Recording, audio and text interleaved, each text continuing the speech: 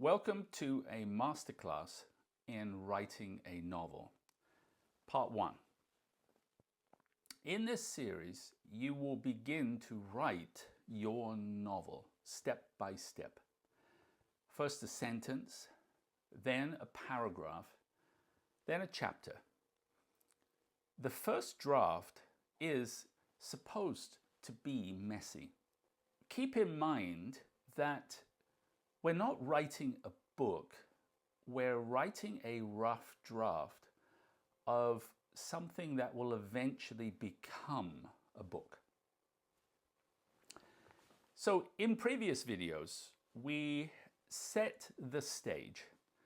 We did our homework, outlines, back cover copy, the art of writing, how others have done it, finding our voice. We covered a lot of topics, but now in this masterclass, we will begin. So the outline, we're going to take a look at our outline. It is incomplete. There are some areas that are a little unknown, and that's okay.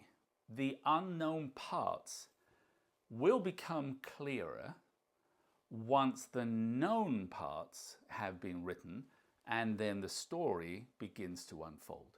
So we are going to pull out your outline for chapter 1. In the previous video, I talked about a checklist, and it was who, what, where, when, and why.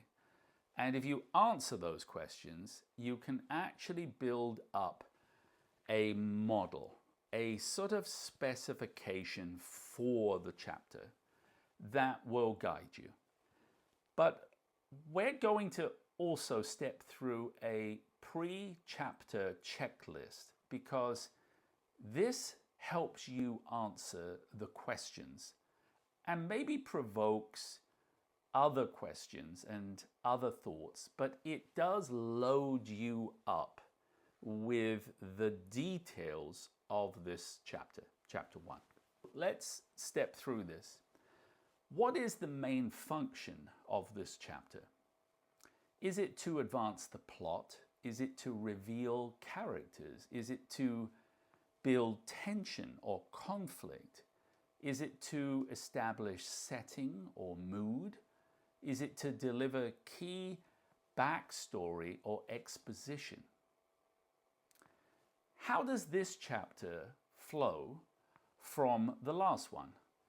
Well, we don't have one before because this is chapter 1, but we could ask the question anyway, which is the tone, the pace, or the point of view consistent, or is it intentionally shifting? What questions or threads are carried over? What needs to happen in this chapter? Are there specific events, twists, or decisions that must occur?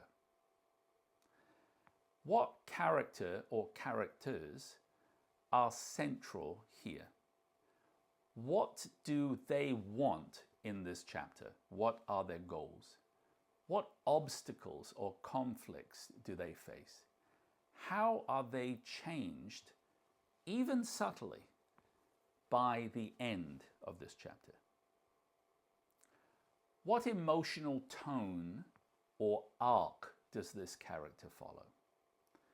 Is there an emotional turning point, a revelation, or a decision?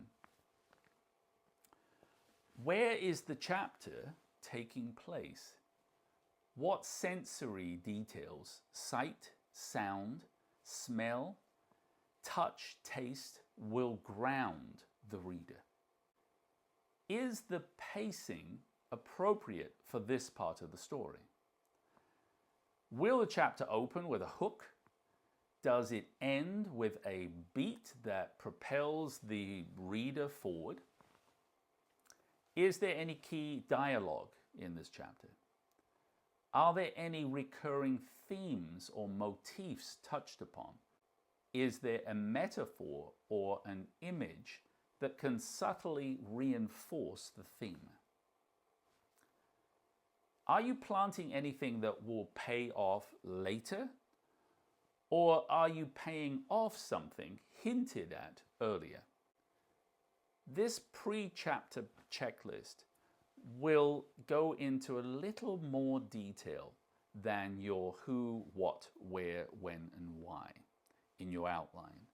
But they are good questions for you to answer before starting this chapter and to have in mind throughout the process. In a previous video, we talked about back cover copy.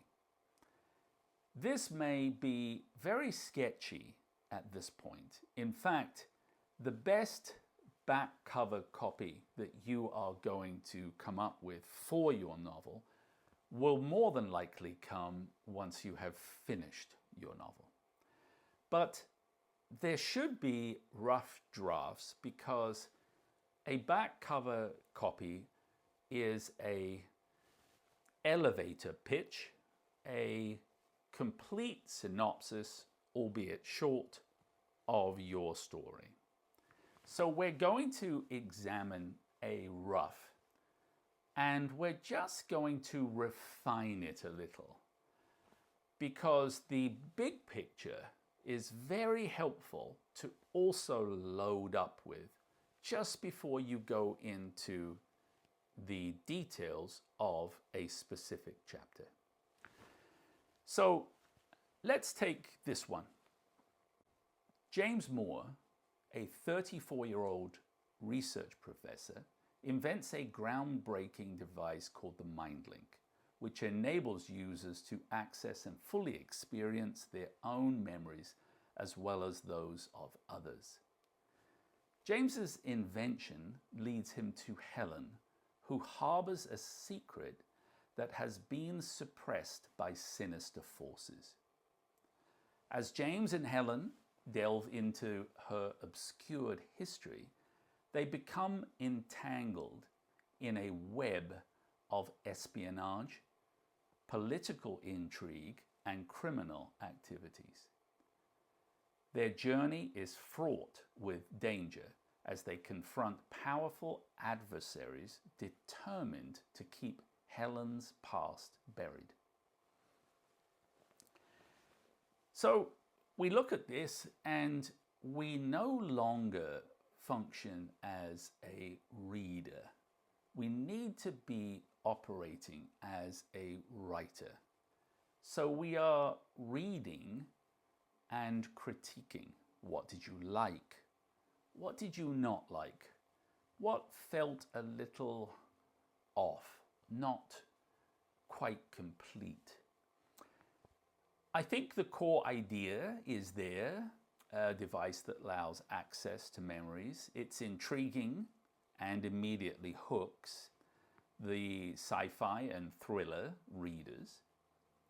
It's introducing Helen and hinting at a buried secret guarded by sinister forces. It adds mystery, tension, and narrative drive. The words like espionage, political intrigue, and criminal activities clearly place this in the techno-suspense thriller category. So what improvements can we see? The phrasing could be tightened to improve rhythm and avoid repetition. Example of that would be the access and fully experience their own memories and those of others. It's a bit clunky. James and Helen could benefit from more emotional or motivational framing to connect the reader to their journey. The final sentence feels a little generic. Ending with a stronger hook would increase the copy's impact. So let's do a rewrite and compare. When research professor James Moore invents the MindLink, a revolutionary device that lets users relive their own memories and explore those of others, he did not expect it to lead to danger. A memory seeded in the past but playing out in the present leads him to Helen, a woman with a buried secret worth killing for. As they unlock memories long suppressed by powerful forces, James and Helen are pulled into a shadowy world of espionage, political conspiracy, and ruthless criminals. Hunted and outmatched, they must race to uncover the truth before it's erased forever. The opening sentence establishes the protagonist, his invention, and stakes very quickly. The transition from personal discovery to large conspiracy is engaging and feels clear here with natural progression. The second paragraph effectively raises the tension and the urgency. So let's leave our back cover copy here. Chapter 1. The chapter 1 example we are going to look at is a prologue. It describes a scene that actually occurs midway through the story sequence.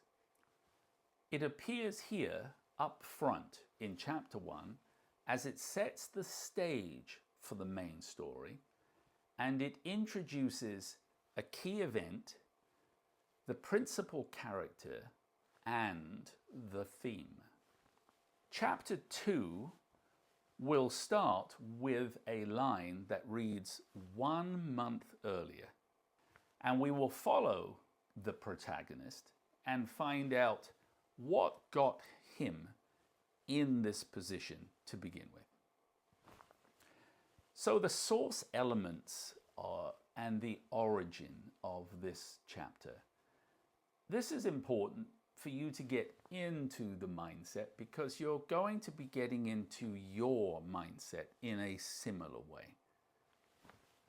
So the principal character is James Moore, and he gains access to information inadvertently that compromises other parties. And so they opt to contain him in order to find out what he knows and how he knows it. So this scene was created and played out over and over in my mind's eye. It was adjusted, it was redirected and adapted until it met the story requirements, and my internal editor told me that feels good, that hits the mark. What elements were used in this scene that I created, and where did it come from?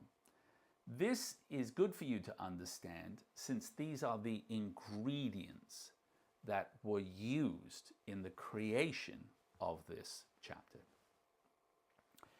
We go back to quite a long time ago, a visit to a French castle in which I was shown in the dungeon an oubliette. Oubliettes from the French word oublier, meaning forget. It is a dungeon to hold a prisoner, and they are left and forgotten. A movie sequence adds to this, and that movie sequence shows another form of oubliette. This one uses a swinging bridge that reaches a rock ledge above a huge drop. The prisoner is placed on there, again, isolated, alone, with no form of escape. A decade later, I am on a vacation in Hawaii visiting a now dormant underground lava tube. These pipes were formed by the flow of molten rock which traveled to the sea. This struck me at the time as another form of oubliette, in which a prisoner would literally vanish off the face of the earth. As we examine this example, again, try not to read it as a reader. Try to read it as a writer. Critique it, as this will help you establish your thoughts on how you would do it. Because ultimately, we need that person. We need that person to come out and write your novel the way you want to do it. Shadows, dark and cold. It must be night. A bright light and polished black walls, sagging and wrinkled. I must be asleep. His sick stomach pulled at him nervously, and his dry mouth made it impossible to swallow. Heavy-headed, he pushed hard on dead arms and groaned as he rolled over onto his back to take the pressure off his aching ribcage. I must wake up and shut off that damned hissing noise. The crusted floor was buckled and broken into a mosaic of jumbled plates that dug into his back, nagging him to consciousness. Still blinking lazily, a hazy arched blackness slowly came into focus, illuminated by a circle of light on the ceiling, revealing thousands of round-tipped stalagmites pointing down at him like torn toffee. This chapter plunges the reader into a mystery, a surreal, trapped, claustrophobic, and disorienting environment alongside the protagonist, which is effective in drawing them in. The confusion and panic of the main character is mirrored in the prose or the language used, creating an immersive experience. Let's carry on. Disoriented, but suddenly convulsed with panic, he dragged himself quickly to his knees and then to his unsteady feet, shouting in a drunken slur, "What is this? Hello? Hello?" The only response was a reverberating, repeating echo that came back loud and clear. He was in some sort of cave alone. A kerosene lamp stood beside him, issuing an aggravating sibilant sound as the pressured fuel partially vaporized when it passed through the heated coil. Turning sharply, he stumbled, dropped to one knee and rubbed his eyes for more clarity, but there was nothing that made sense. At the outer reaches of the sphere of light, he could see a curved tunnel, ribbed and rumpled like gloss black draperies. Where am I? Sensory descriptions throughout here. The textures, the sounds, and the physical sensory images are described to create a real setting. It feels alien, yet grounded in familiar sensations. Waking up in an unfamiliar, threatening location is a time-tested narrative hook. Shivering uncontrollably, he shook his head, trying to cast off the remaining lightheadedness, swallowed and struggled to ground his mind in hopes he could somehow fathom this madness. Concentrate, concentrate. The air hung heavy, humid, and stale. Dragging himself to his feet, he reached for the lantern, but his motion was restricted. Something clung clammily to his body, constricting his movements. A wetsuit. Why am I wearing a wetsuit? Lifting the lamp to shoulder height, he held it out before ambling forward clumsily. This is some sort of volcanic tunnel. Some points of the bowed floor were smooth like ripples of black satin, while others had a hackled surface as if coal had been fused into the lining. But how the hell did I get here? The path ahead was blocked by a large mound of collapsed rubble. Damn and blast, he shouted. Retracing his previous path, he mumbled, "This makes no sense. I was here for 2 days, had dinner at the hotel, went to my room, and then... what happened then?" So we have a natural internal monologue. The protagonist's fragmented thoughts capture the mind of someone waking in confusion without being overly dramatic. The pacing and structure mirror the character's rising awareness, starting with stillness and then building to confusion and then distress. Let's take a look at the last part in this chapter. The continuing conduit all at once dipped down at a steeper grade and ended in a pulsing pool of inky liquid. At first glance, it looked like oil, but the light revealed it to be water, rising and falling in rhythm with the ocean. Kneeling down, he scooped up handfuls of water, splashed his face, and stared deep into the aqueduct, contemplating his options. Well, if I swam in, I can swim out. It was then the light exposed a small orange buoy bobbing at the far end of the pool. Grabbing and pulling it out excitedly, it brought with it an attached small white chest. Fumbling with the side catches, there was a hiss as the air seal broke.